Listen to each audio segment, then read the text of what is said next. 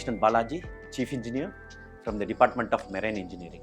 Today, I'll be discussing about air compressors on board the ships. Now, why air compressors are required on board ship? Well, you require compressed air for various utilities. As you all might be knowing by now, you require compressed air for starting of main engines, starting of auxiliary engines, and as well as for operating various pneumatic systems on board the ships. So, the entire compressed air system is supplied by your air compressors. On board the ship, you will be having a main air compressor. You will be having two sets, two main air compressors, one control air compressor, maybe a topping up compressor, an emergency air compressor, and a deck air compressor. Okay. Now, the basic system of a compressed air system on board the ship is the compressor takes air from the atmosphere, it compresses air and delivers to your main air reservoir or air bottle, which we call. So, the compressor compresses air and supplies to your main air bottle. Usually, the main air bottle is about 30 bar. So, from the main air compressor, the compressor air goes to your main engine for starting of the main engine, and it goes to all three auxiliary engines for starting of auxiliary engines.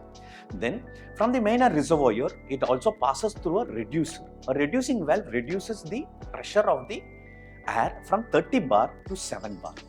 From the 7 bar air, it also goes to your dryer where moisture from the air is removed. And from here, it goes to your various pneumatic systems fitted on your boilers, on your purifiers, wherever your compressed air pneumatic systems are fitted. It is also sent to your servicer lines where it is used for cleaning and other purposes. You also have a control air compressor which does the same purpose.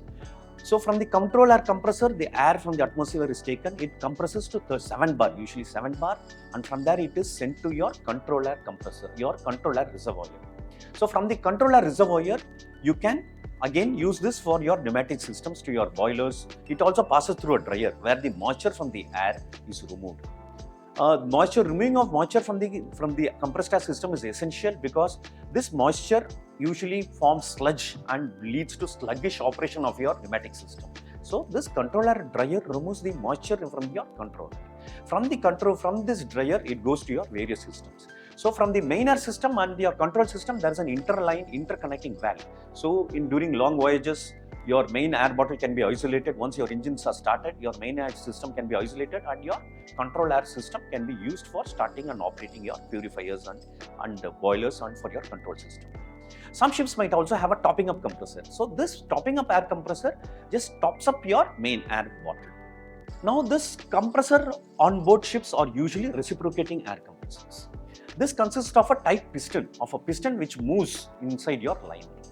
This works on the polytopic compression, that is polytopic cycle, that is PV power N is constant. This N varies about 1.25 to 1.35. Now, the basic cycle of a air compressor, so there is a suction. So, air is from the atmosphere is taken through your suction cycle. During the suction, the air from the atmosphere enters your spaces below your piston. So, when the piston goes down, there is a low pressure created. This low pressure absorbs the air, sucks the air from the atmosphere. So, that is your suction cycle, denoted by Vx. Then, from the suction cycle, the air is compressed. Air is compressed when the piston moves up. So, the air is compressed. Then, the delivery valve opens, your discharge valve opens, the air comes out from your delivery valve, and then during the next cycle, the piston moves out, a vacuum is created. So, during this cycle, there is a small clearance which is known as Vc or volumetric clearance, Vx, which is your actual suction volume or swept volume or effective swept volume. Vs is your theoretical swept volume, which can be seen from your PV diagram. So, I have shown you the PV diagram. From the PV diagram, you can make out the various parameters of Vx, which is your actual swept volume, Vs is your theoretical swept volume, and Vc is your theoretical, clearance volume. Clearance volume is provided in order to prevent the piston from hitting or striking the cylinder cover and during unloading operation. This clearance volume is also referred to as bumping clearance. It is important to keep this bumping clearance as small as possible because this reduces your stoke or it reduces your overall volumetric efficiency. Now the volumetric efficiency of the compressor is given by Vx by Vs, that is your actual suction volume divided by your theoretical suction volume. Now for maximum efficiency, this process should be as close as to isothermal process. We have seen that, but actually with the process which is happening is a polytropic process. But for the cycle to happen, it should be as close as possible to the isothermal process. Now the polytropic process, though this happens, as I said in the first stage, in the first slide, we require the compressed air to be pressed up to 30 bar. But pressing up 30 bar in a single stage is not practical, because whenever compression takes place, there is an increase in temperature. So when the temperature of air increases, it leads to burning of lube oil, and this burning of lube oil can fail your lubrication and cause seizure of your pistons. Moreover, when you compress air to 30 bar, the compression ratio is very high, which is not practical. So on board ships, usually we have two-stage compressors. That is, there are two stages. The compressor air is compressed in the first stage, then taken to the second stage where it is compressed. And between your first stage and second stage, there is an intercooler. So the purpose of the intercooler is to reduce the temperature from the first stage and send the cooled air to the second stage. And from the second stage, again, the air which is coming out is also hot. So that also requires to be cooled. So that is cooled by your second stage, your aftercooler. So you got your first stage compressor, then you got an intercooler, then your second stage compressor, then your aftercooler before it goes to your air bottle. Another advantage of using this intercooler is it brings the process as closest to your isothermal process, thereby reducing the work done by the compressor. So this also results in saving of your energy from your ship.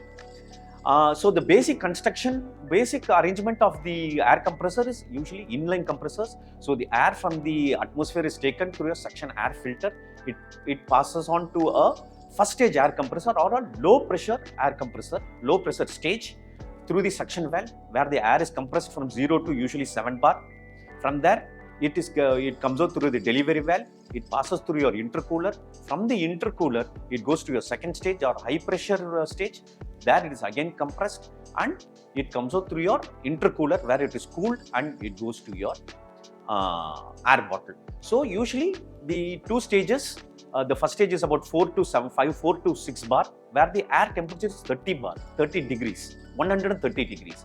So at 130 degrees, the air is cooled by your intercooler, and the outlet of the air cooler is 35 degrees. Then this goes to your second stage, where it is again compressed, and the outlet it is compressed to about 27 to 30 bar, and the temperature has already risen to 130 degrees. This is again compressed. This is again cooled by your aftercooler. In some ships, you also have a tandem type. Tandem type is your piston, your low LP stage and HP stage are arranged on a single arrangement. This also has the same intercooler and aftercooler, which can be fitted on the sides of your compressors.